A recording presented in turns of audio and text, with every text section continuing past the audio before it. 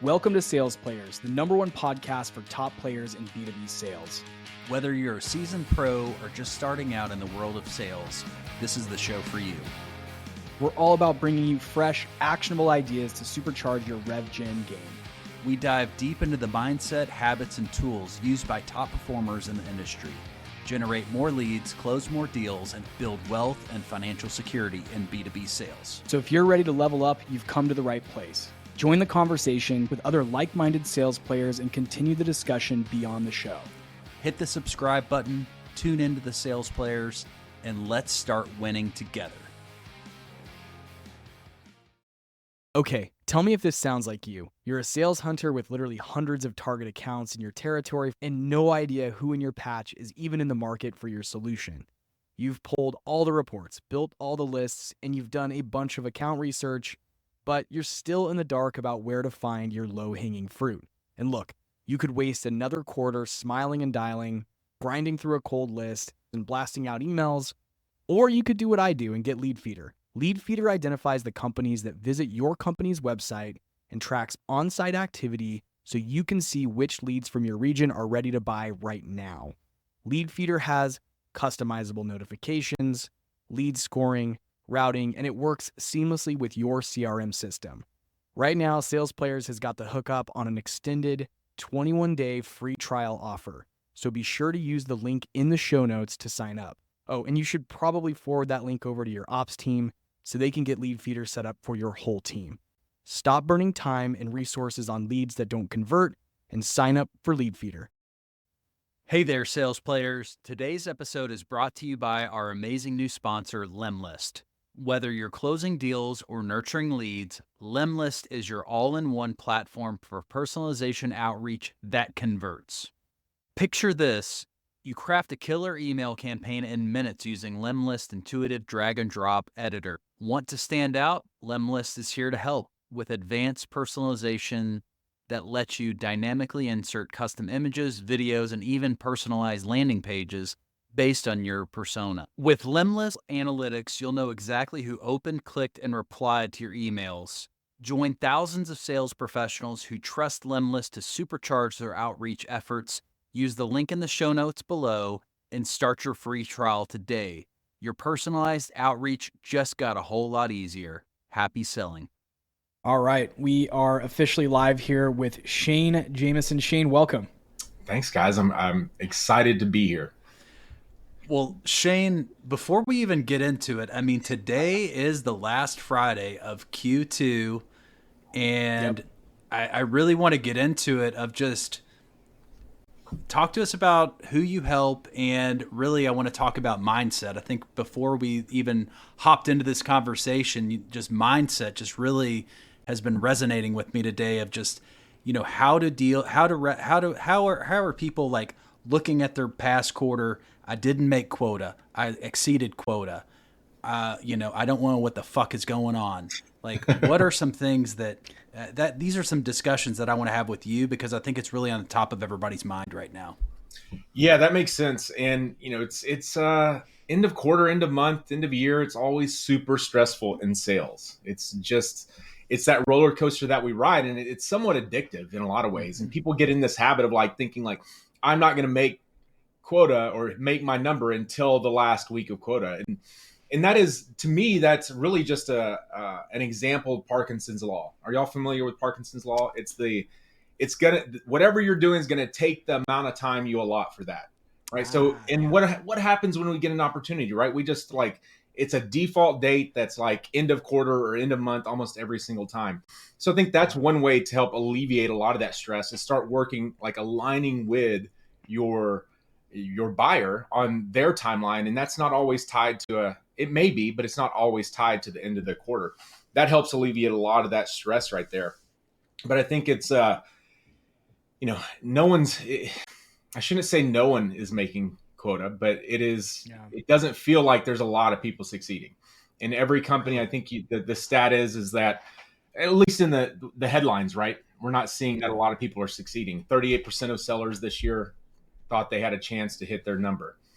And that's like defeating right out of the gate when you don't believe it. But what I know is that it's, you're playing the game, right? You don't win the game in the first quarter or the second quarter. Like if you're behind, all you got to do is win this next month or the next quarter, this next possession, if you will, right? And then do that again. And that's all you can really focus on. So if you are a seller that's not sitting at your number, be reflective, right? Take the time. What did I do well? What didn't work? And then put together a plan to fix it. And that's really the key, is that we just don't show up next quarter if you miss this one without a plan, without an idea of what you're going to do. And the plan can't be the same as what you've been doing. And Shane, like, talk to me about, like, who are you and why should we listen to you about this? Yeah. So Shane Jamison, I am a sales coach. I work with businesses to coach their sales teams, and I work with individual sellers and reps to coach them on their sales skill sets. So, what I found in my career is I was lucky early on to get a good mentor and a good coach. I thought that's how it would be everywhere I went. And I'd show up and then, they'd give you a computer, tell you to watch some videos, and then expect you to know exactly what to do. And it took me a long time to figure that out. I'm a smart, capable person. It took me a long time to figure out, like, you can do it, but it's going to take 10 times as long. If you can find someone that you can lean on that can provide some guidance, you're going to get there much, much faster. And it's not something that is, you need that guidance, but it's not like, we don't always need the knowledge. Having that person is really more about awareness creation, right? It's about getting to that 50,000 foot level, having someone that's able to see the forest for the trees and help you avoid those pitfalls along the way. And then surfacing the right information at the right time so that you can go execute. I see it as the same. This is where, I get frustrated with sales leaders that end up in this role because they have, they were on the right side of the demand. They executed, they went to the next level, but then they decide that they're going to stop selling. Meaning you're not selling, you're not having to get on the phones and necessarily sell the product, but you're always selling the vision and how to reach that vision. And if you're not doing that, you're not serving your team. So that's where, I was lucky enough to have that and kept that as some kind of that mantra as I've moved through my career. And I've been everything from a B2C seller to, very transactional type sales, to B2B, which is very complex. I've been an IC to VP of sales to strategic account executive at the highest level, working with Fortune 100 accounts. So that's where my experience isn't necessarily typical, because on the B2C side, I think you really learn the human psychology of it. Right. And then on the B2B side, you understand the process of it. And it's kind of like moving from, on the B2B side, you're less of a pitch man and more of a project manager, right? There's some elements of pitching in there, right? There's some elements of that communicating clearly, but you got to make sure that we're following where we are going down a process that's guiding them to the decision that they need to make. Yeah. Let me ask this. Just going back to some of the stats you came in with, which is like, 36 or 38% of reps are actually hitting their number. Right before we recorded, you were sharing this interesting insight, which is 80% of sales leaders say that they're offering coaching, but only 40% of reps actually report getting coached by their manager. Is this like a macro problem, or is this an industry specific problem, or is this, what's kind of the crux of the challenge here from your perspective? Great question. I think that it's a macro problem. I think, it's kind of intensified in our space and tech SaaS world that we kind of exist in, but it is really a macro problem. You see it in all different types of industries. And I know that because some of the companies I've worked with have been from areas that I didn't think I would be working with, like creative agencies and SMBs, local businesses, things like that. And so it's the same problem no matter where it is. But there's a few reasons for that. As I mentioned before, a lot of these sales leaders are promoted because they were on the right side of demand. They did really well. They performed well, but they didn't ever necessarily receive good coaching. If you haven't received good coaching, like, how do you know how to give it? Right. That's a good point. And what often happens, they got bad coaching. So guess what they're going to do? They're going to bad coach you. And the crux of it is that sales leaders think, hey, we're in a deal review, we're in a pipeline review, we're talking about our forecast and our opportunities, and we're breaking these down. And I go in there and tell you, like, oh, well, you need to be multi-threaded in this account. And they're like, that's it, coached. did my coaching. Yeah. Well, those deal reviews and pipeline reviews are all about the company. And if you're coaching a rep, it's all about the rep. So how can we maximize that person's potential within our current playbook so that we can both be in position for success, right? Interesting. And just having that approach all of a sudden turns it. But when you don't have that experience and you're put in this position without the resources, no one's investing. Very few companies are investing in teaching people how to lead. Mm-hmm. You don't see it. And if you don't see it, you can't do it. And Shane, you know, one thing that I found very interesting between you and I, we actually met in a paid community with Scott Leese. And I mean, that was $500. It was for the fucking year. I don't know if it's even around anymore. I'm still in like the Kajabi group, but you know what? I trust Scott, and I want to level up and meet people like you who have been made, you know, $300, $500, $700,000 a year. And I want to learn how to do that. And I think that I actually have like so many people that reach out to me and they're like, I don't know, this course is $50 and I don't know if I should even take it. I mean, I don't want to spend my own money. And I'm like, I come from like entrepreneurship world and I'm like, I just do it, just pay it. And then I'll just ask questions later. Cheaper than payroll, right, Chase? I mean, it's a lot cheaper to like go and take a course or be part of a community than it is to like have overhead from payroll and you know, an office space or whatever else. For sure. Just like, it's like talk about the value of like getting a coach and like, you know, you don't know, it doesn't have to be someone you pay for. It's great if you do. I mean, I think what we have, a tremendous advantage that we have is that there is so much content available. And maybe you got to sort through the noise a little bit, but I think most people can pretty quickly understand what resonates with them and what's good and what's not as far as the advice that you're getting.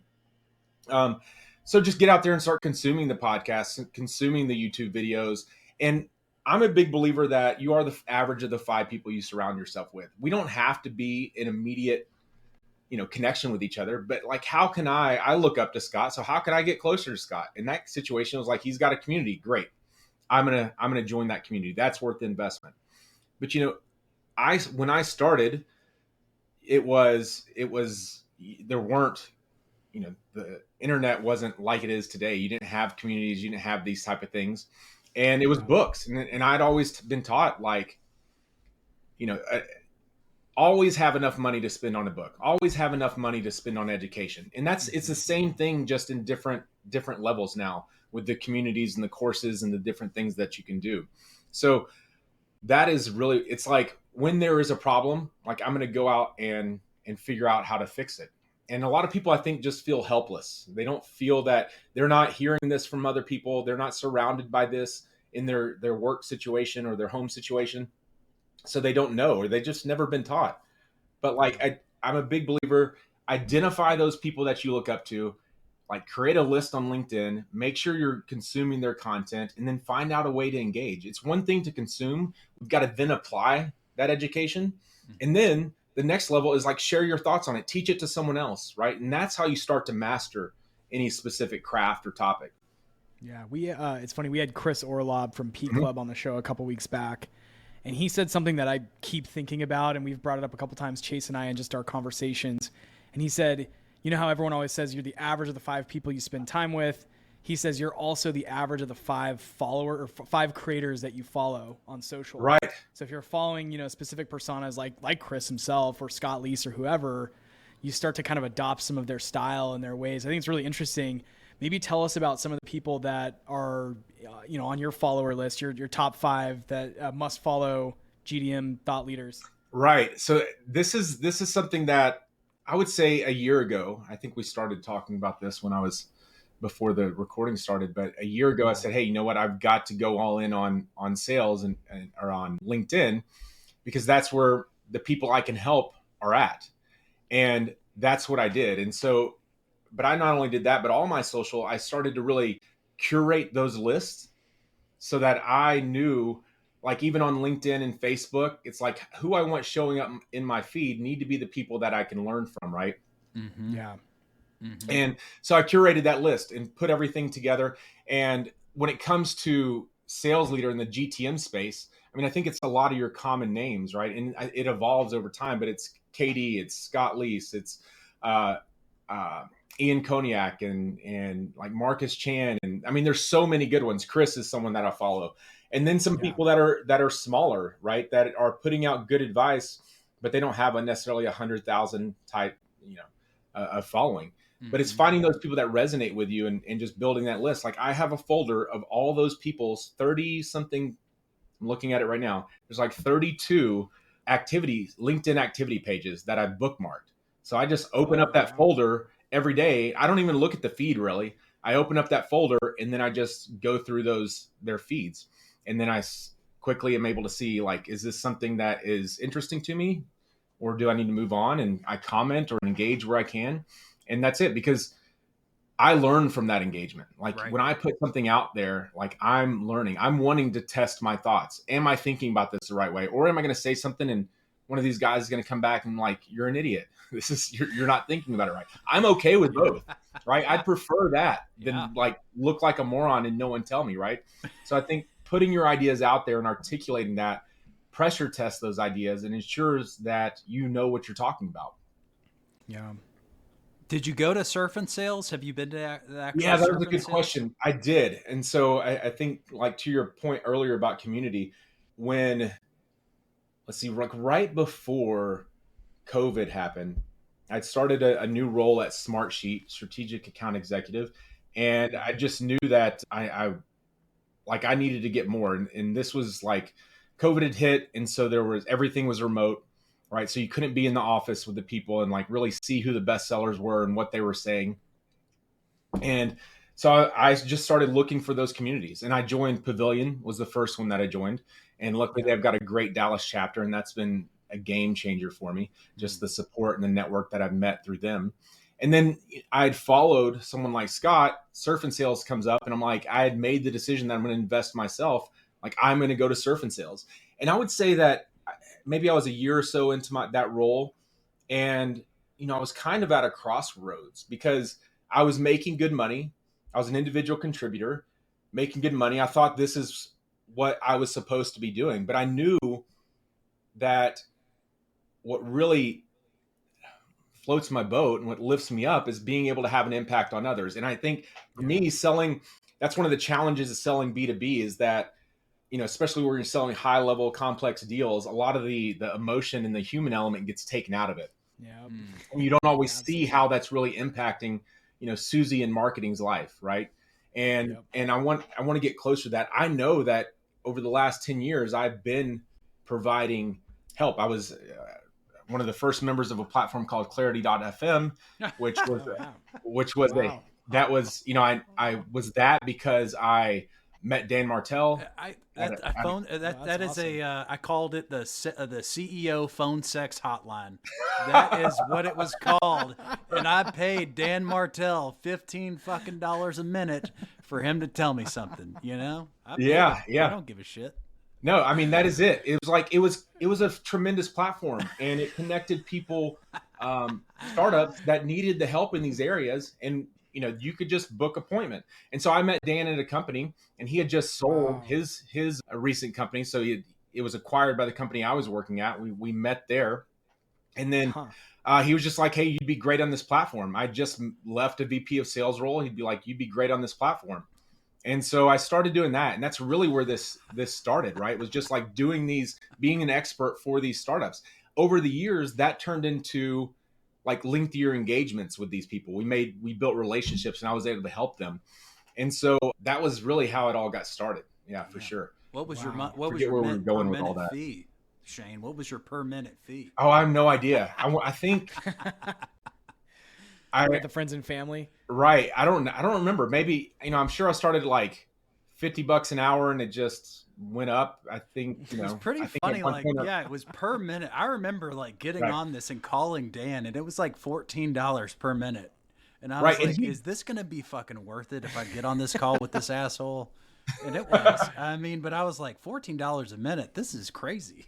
Well, and it came from a place where he had sold this company, and he was getting hit up by everyone for advice and trying to, and he wanted to find a way to scale that. And then he just created this platform to do it. And what I loved about it in the beginning was that the money didn't go to me. Like, you chose a charity. and that Wow. money went to a charity. Oh, really? Yeah. Huh. Yeah. Wow. So Okay. I think I did Wounded Warriors, and so every time I had a call, that money would just go straight to them. No way. Wow. That's really cool. It's changed. Startups.com bought Yeah. them, and then it's not like that anymore. But that's It's still how in existence, or is there something it like is. that? Every once in a while, I get a request from it, and I'm like, oh Really? yeah, I still have that. Mhm. Really? Wow. So and it's called Clarity.fm, or is it called something Yep. else? Yep, Clarity.fm. Still Clarity. Okay. Wow. Shout out to an old school. It's like, man, Right. AppSumo, Clarity.fm. It's like, gee whiz. Holy Well, and cow. that's, Oh, yeah. but having that experience, I had done that a lot as the VP of sales, right? I'd done a lot of the coaching. I enjoyed doing it. And having that experience to do this on the side was what really led me down this path. Because, when I did surf and sales, just to bring it back to that, right? Mhm. I was kind of at a crossroads. I was supposed to be happy, but I wasn't really feeling like this was the path. I wasn't having the impact that I felt like I could have. And Scott gave me some pretty honest advice, and he's like, just fucking do it.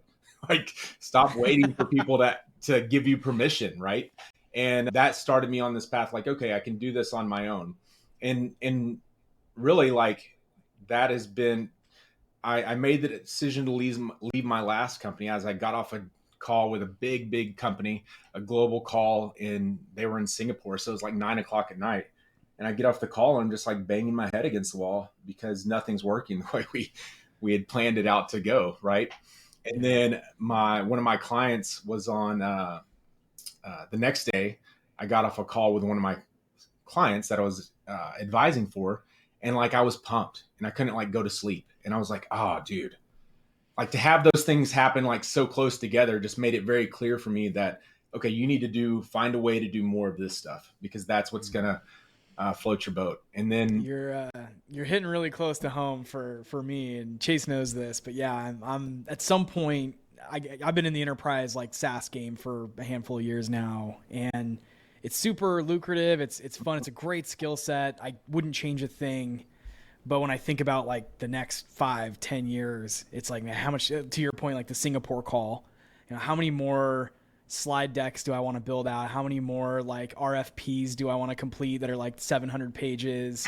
How many, just, it starts to like, but again, you can't complain because it's like an amazing way to make a living. Right. Super lucrative. But to your point earlier too, like you lose a lot of the humanity from a big complex enterprise deal because by the end of it, you're dealing with like procurement and finance, and it's not about like the helping anymore. It's about like just negotiating and getting the damn thing done and signed.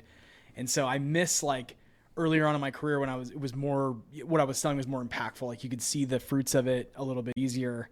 And so I'm in the same spot where I'm like, I probably need the same kind of pep talk you got from Scott, which is like, just fucking do it. Right. So how did you know then at that point, like it sounds like you had some kind of big signals on the personal front, but like financially speaking, how did you plan for the exit from full-time employment into full-time entrepreneurship? Well, don't do what I did. So that's what I'll preface this by saying that, right? I had an engagement going on the side and, I was just doing it after hours basically. And yeah, the truth is that the last company I was at, I was kind of viewing this as my last one. They just raised a bunch of money. They were wanting to go IPO and really cool product. And we get in there and we're like, hey, I just wanted to go in there, make a ton of money, have some success, realize an IPO, walk away with a little chunk of change. And after a year, it just wasn't going that way.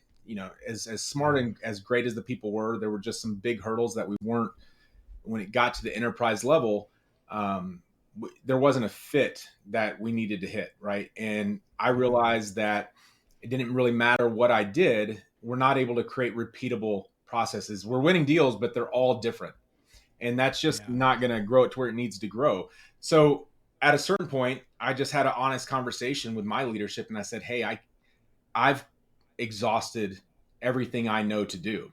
Mm-hmm. So, my goal before that conversation was just like ad hoc. We had an internal QBR coming up and I'm like, dude, I can't stand up there and say I have a way to make this happen.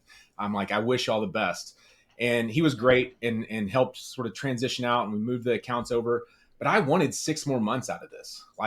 And I wanted to make some big commission checks and do that before I left. Luckily, I had an engagement to go into. And so, and then it's just a wake up call. It's like, oh, I just said that. maybe I shouldn't have. Maybe I just should have sucked it up for a bit longer, but I just said that. So I've got to go all in on this. And it was really difficult. I'd say the first year, because I'm right at a year doing it full time, a little over now.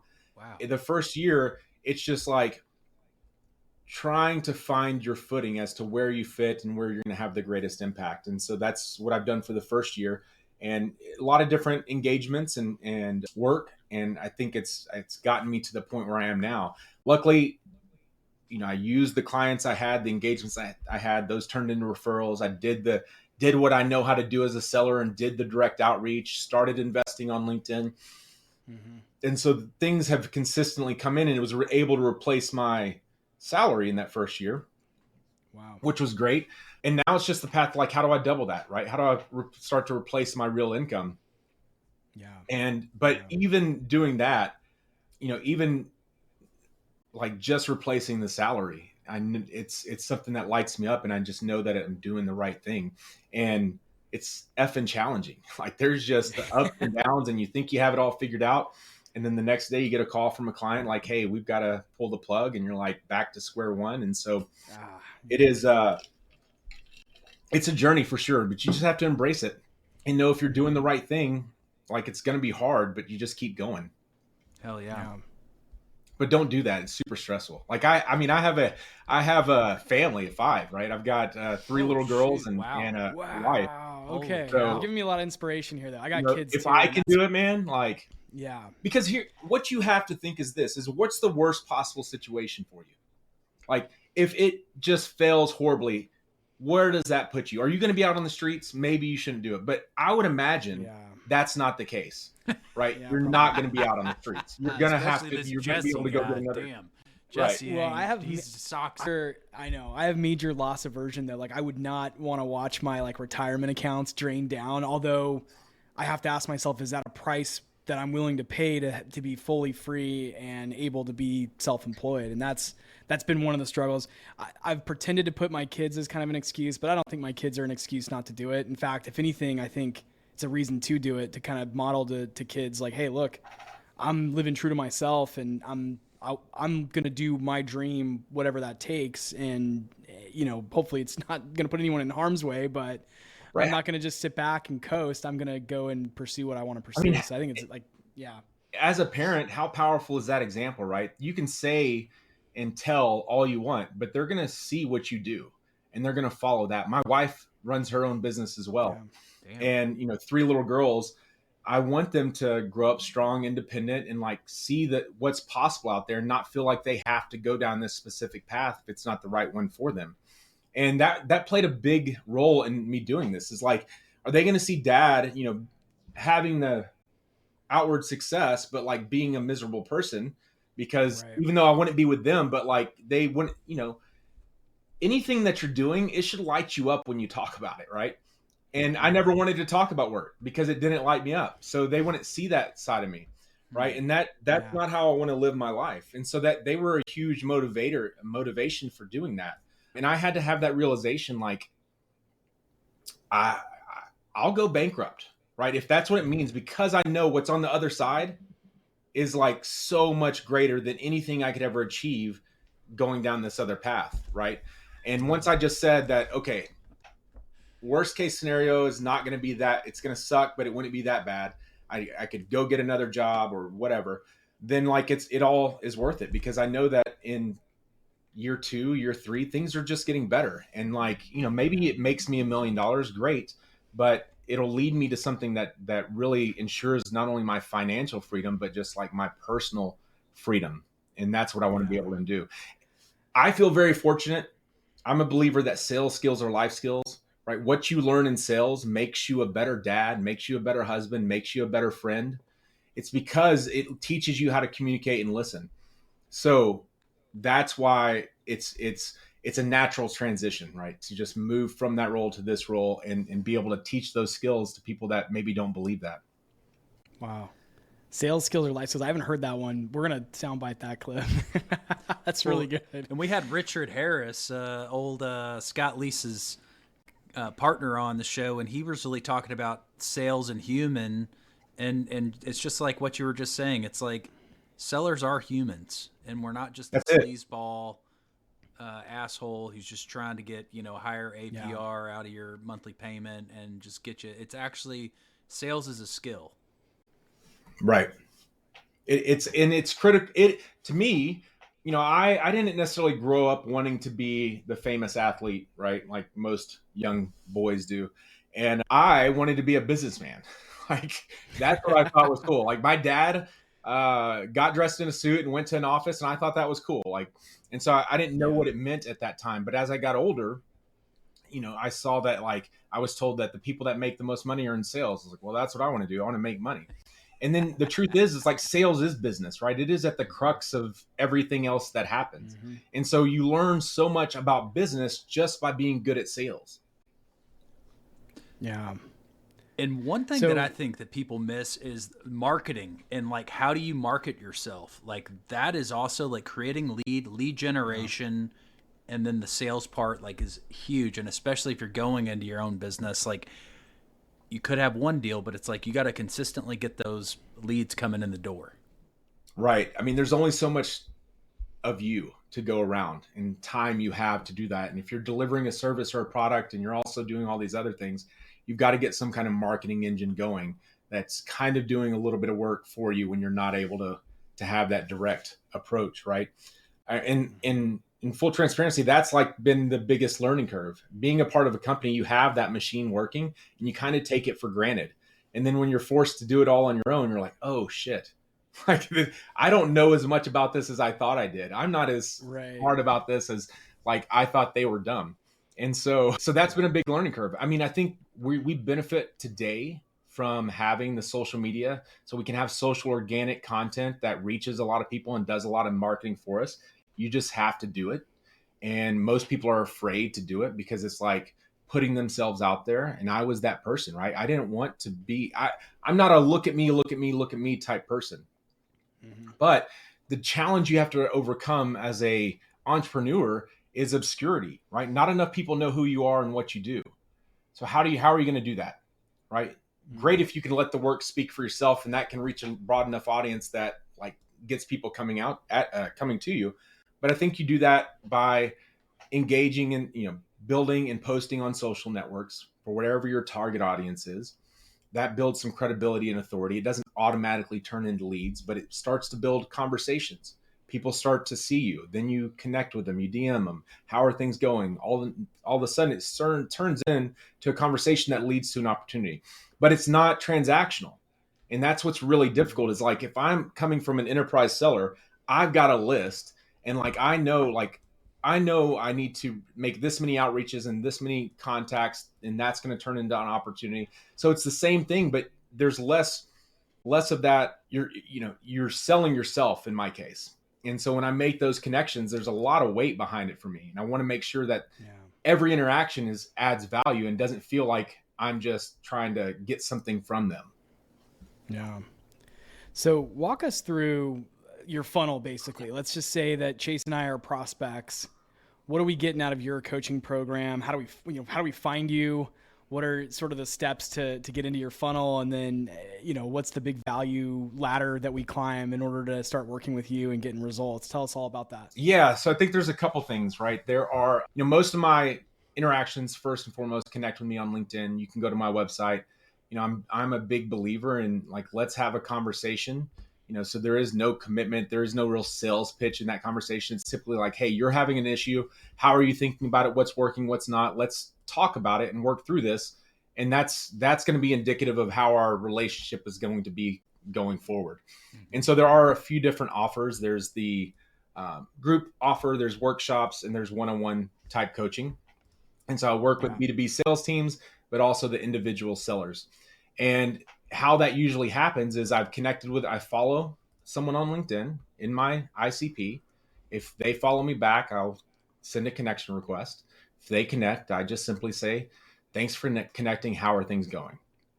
And no pitch slapping. No call to action. No. Yeah. Hey, why don't you book an appointment for me? It's 50% off right now. No, I don't, because I don't know if I'm going to be the right fit. I'm not trying to get everyone. I'm trying to get quality, right? And And so that's how I get people in that funnel. And then it's just really deciding what's best for you. What I know is that enterprise sellers, there's a lot of options out there for enterprise level coaching, and they tend to be really expensive. If you want like one-on-one, it's like $2,000 a month. Well, you kind of have to be a high level enterprise seller to justify that spend each month. Meaning, like, if I'm spending $2,000, how is this going to turn into, 10x return, 200,000, 10x plus in deals, right? Yep. And so, and that's justifiable. What I found is that a lot of the people I'm working with, it's really in that 0 to 10 level of their career, like years in their career, where it's like they know they can be more, but they just need a little bit of guidance, a little bit of someone to support, really someone else to believe in them more than they probably believe in themselves, right? Yeah. And so that how we do that is making sure that it's at a price point that is approachable, right? So that it is something that if you're selling $10,000, $20,000 deals, like, you can justify the spend and see how it's going to increase. But the first step is that, most people aren't hitting their quota. So let's focus on getting to your number. And then when we start to break that down, they don't even know how to do that, right? They know a number, they know they maybe need this many deals, but they don't know like how many calls that is, how many meetings that is, all those different aspects. And so it's breaking down those metrics and really getting to a level that you show up and you know exactly what to do, right? You have the clarity to take action and make things happen. So that's it. You can connect with me on LinkedIn, connect with me via my website, and we'll just find the right program for you. But they start at, I think, $50 to, whatever you want to spend if you're a company.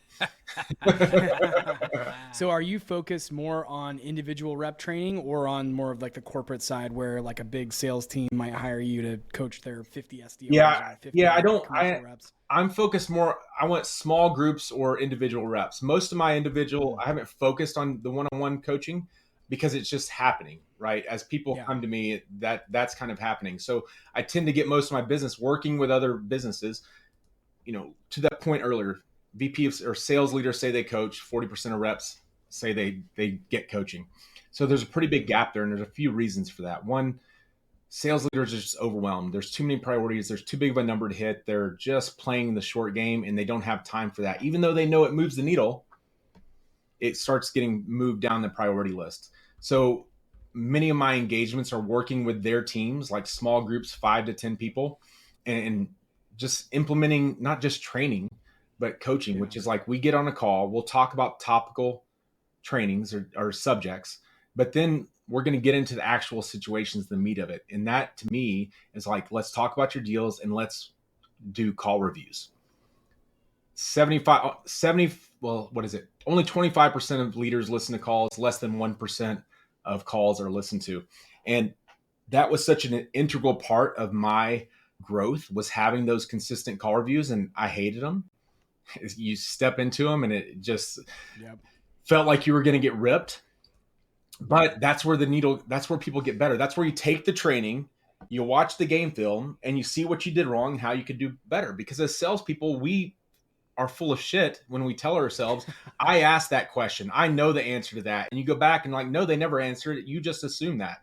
And now we're down this path. Maybe you were right, maybe you weren't, but you don't know. I like to say sales is an open book test, right? You just have to know the questions and they'll tell you the answers. You need to get back to them, right? Interesting. Yeah. Whew. Man, got me going.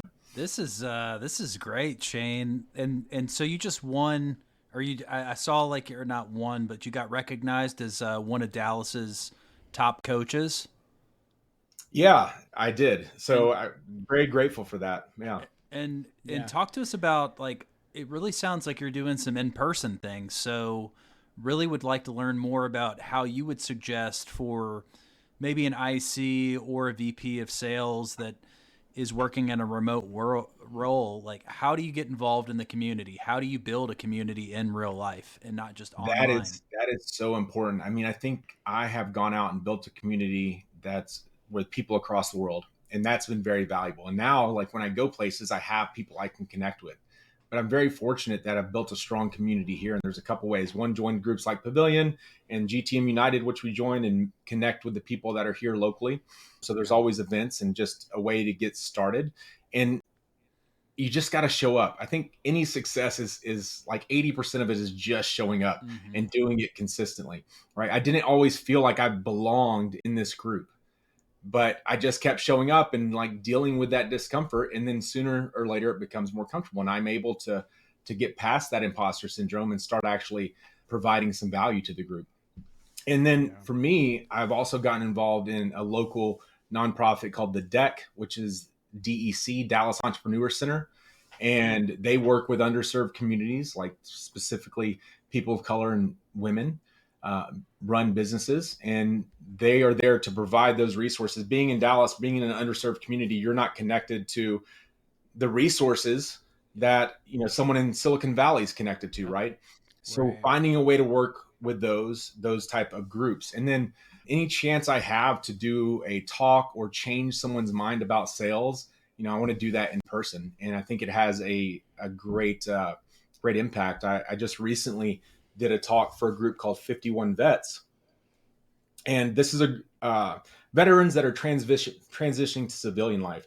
And I didn't know much about the organization. I was invited to speak and I was excited to do it, but I didn't know who necessarily we were talking to other than that they were veterans. And I show up and they're all like Navy SEALs and Army Rangers and Green Berets, like high level military people that are transitioning out. And I start asking like, what's your next step? And they're like, yeah, I just got accepted into Harvard MBA school. I just got accepted at Stanford MBA school. So I'm like, oh my God, well, this is not the crowd I was expecting, but they were fantastic. And so the talk was sales redefined, because this is a group that they're business minded, they're high achievers, but they don't necessarily have a great view of sales. Like it's a necessary evil. Right. And so having that conversation, which is what we talked about earlier, when I say sales guy, what's the first image that pops in your mind? It's the used car salesman, right? Shady. Yeah. Yep. Shady. It's the crook of Wall Street, the wolf of Wall Street, right? Yep. What person wants to be that? Like no one wants to be that person. Yet in sales, you're taught like you have to be this specific person to have success. And not necessarily those people, but the point is there's a lot of people that come into sales because like they didn't know what they wanted to do, so they just got into sales. And so it is this group of misfits. And the problem, are you guys familiar with the hero's journey? Let's remind A little our bit, listeners. refresh. Yeah, it's a storytelling framework, and you see it in every major movie picture. But the idea is this, right? You have a character who happens, you know, an obstacle happens, who meets a guide who gives them a plan, and then they can take action and succeed or fail. So like Star Wars, right? Luke, his family's killed by the Empire. He meets Obi-Wan Kenobi, teaches him how to be a Jedi. He defeats the Death Star. The rebellion lives to fight another day. The problem with those used car salesman type, the problem with the Wolf of Wall Street is that they think they're the hero of the story. And as a seller, you're not Luke, you're Obi-Wan Kenobi. So a couple things happen when you change that perspective, right? One, it eliminates a lot of the burden. You don't have to save the day. You don't have to come up with all the answers. You don't have to know everything. You just have to be able to ask the right questions and put them on a path that guides them to a decision. And it's not a yes. We don't need to convince someone to say yes. We need to drive them to a decision that's a yes or no. Either one is okay with us. It helps us avoid that miserable maybe, right? Yeah. And so like changing that perspective, just how you see sales, and all of a sudden, like now I know I can do it. Now it's open to anyone. I don't have to, I can lean into the strengths I have, because some of the best salespeople I've ever hired or been worked with were like teachers before. They were product managers or project managers before, right? So everyone has these skills. That's why I say sales skills are life skills, because they're applicable to every other part of your life. So doing talks like that, getting face to face with people, be able to shake hands, and they can see that, you know, there's other possibilities out there. So that's how I've grown locally and getting face to face. Yeah. And just in closing, we were talking about this a little bit before we came on the air, and you mentioned it earlier on in the conversation that you've sort of just started putting an emphasis into growing like your, you know, brand online, particularly on LinkedIn. One of the questions we get from a lot of our listeners is, how can I get more followers or connections on LinkedIn? How can I grow my Rolodex essentially in 2024? I think that's what that is, you know, the network is the Rolodex, the social network is the Rolodex. You mentioned that you've doubled your, sort of connection count on LinkedIn. And I don't know if you're on any other platforms like X or Instagram or anywhere else, but tell us a little bit about your process for that. Yeah, that's a great question, because again, it's not something I necessarily wanted to do, but I knew I had to do it and I had to build that muscle. And so my first commitment was like, I'm just going to do this. And it's like, how I got started was like, I'm just going to find the people I'm interested in and like and comment on their post, right? Like that way I'm kind of dipping my toe in. I don't have to necessarily post it, but I'm getting my thoughts out there and creating that habit. Then I went to like, I'm just going to post once a week or 3 times a week, and like just make sure I do that consistently. And that starts to build a bit of a flywheel, right? Where things start to happen. And as long as you show up and do it consistently, regardless of if you have, inspiration for a post, you sit down and write the post and make sure that you're doing it on a regular basis. And then it's just maxing out your connection requests, right? I think you get 100 or 250, depending on what it is. It's finding those relevant people and asking them to connect, and not asking them to connect to pitch them, right? I'm not doing that at all, but I just want to connect with other people that are in the same world that like we may be able to benefit from each other. And so do you just go through like if you're just maybe have any downtime? I know this is what Scott said when he came on the show a while back, was he's like, if I'm at a kid's sports game or at the doctor's office in the waiting room, LinkedIn's up and I'm outbounding my ICP. right. And it's funny because I had done a little bit of that very like slowly though. Like I was worried that if I was doing it too much, I'd get like kicked off of LinkedIn or something. And then after he said that, I was like, all right, well, if he's doing that, then I should be doing that too. And so I've actually had a pretty good habit since then. This is last summer that he came on the show. So I'm at about a year of just maxing out my connections every week. And I tend to try to I'll do some searches and find people that are, but somewhere between like who we want to listen to the show, but also my buyer personas for my day job in SaaS. And so I'll try to connect with a big group of those, and it's paid off. I mean, my network has it compounds really quickly. It really does. And then if you're also posting and you're also sharing and commenting on other people's posts, you get a lot of inbound connects too. So it's like it's crazy. It's a flywheel, like you said. Yes, it totally is. And so my process is when I sit down at night and we're watching a movie with my wife or a TV show or something like that, I've got my computer out and I've got my sales and list up, and I'm just following these people, because it's kind of it's not I don't need to be creative. I don't need to write the first message. I just need to hit follow.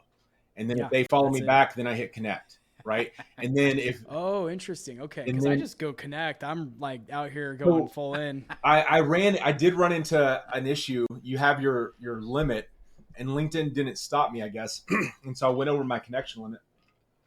Oh, and I feel like it kind of prevented me from using certain features and stuff. And that happened, I don't know, 6 months ago, and I learned from it. And then I just, you can follow anyone.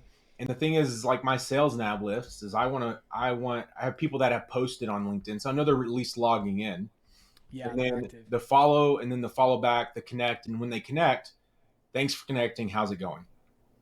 And just start the conversation. We just need more conversations, right? And find a way to add value. Like I don't need you to sign up for my coaching service. If I can help, fantastic. Let's figure out a plan. But if not, like, I'm just glad to have you as part of my network. And then the next step to it is I do what I call go to network meetings. Like a KPI of mine is each week I have 5 go to network meetings. So these connections I made on LinkedIn, let's meet, let's bring this into real life, swap stories, see if there's a way that we might be able to help each other. If not, I'm going to support you and hopefully you'll support me. So everyone listening, just rewind right now. I'm serious. Go back 60 seconds or 120 seconds and listen to that, because for way too long I was overcomplicating this, and it sounds like you've got it down to like, this is such an easy formula. It's follow. When they follow you back, connect, go to network. Everyone should be doing this. I don't care if you sell to other sellers or marketers or operations leaders or developers, like everybody should be doing this, because if you're in a day job, frontline selling, this is how you build pipeline. And these people will get back to you. And it's cool that you're also using sort of the active on LinkedIn. If they've got some activity on LinkedIn, you have a better signal that they're at least logging in. Right. Everybody should be doing this at this point in 2024. If you're selling anything, this is how you're growing your impact. And this is also how you can get to a place like Shane is, where you can launch your own thing at some point, which is, for a lot of us, I think the North Star in a sales career is, how do you retire yourself from corporate sales and get into something where you have a lot more control over your destiny. So Shane, we are just about here at time. This has been a super amazing conversation. We're super happy you came on and, not only shared your, experience and expertise, but also a little bit more about your business. Any final thoughts for our listeners before we wrap up? Yeah, I think I appreciate, first of all, thank you so much for having me on. I known Chase. It's great to get to meet you, Jesse. And this has been exciting. I love what y'all are doing with this podcast. But I'll say this is that if you're a seller out there, stop waiting for your company or your leaders to save you. Like, they're not going to do it. You need to go find those people that can help you. You need to invest in yourself, invest in courses, invest in books, invest in people that can help you get to where you're going. Because if you don't, you're going to look back in 5 to 10 years, you're going to be in the same spot. You may have made some money, but it's not going to feel good. You're not going to make the progress that you're wanting. And that's it. Just take control. And if you're a VP of sales or you're a sales leader, like, why aren't you coaching your team? And if you think you are, like, you need to look in the mirror and make sure that your team thinks the same thing. That's it. All right. Shane, thank you so much. And so much value in this conversation. And I'm really grateful that we connected via our buddy, Surf and Sales, Scott Leese. So right on. Appreciate you. He has done that for a lot of people. Yeah, I appreciate you guys. Thank you. Yeah, we'll get you back on soon, Shane. Thank you. Love it, my man. Take care.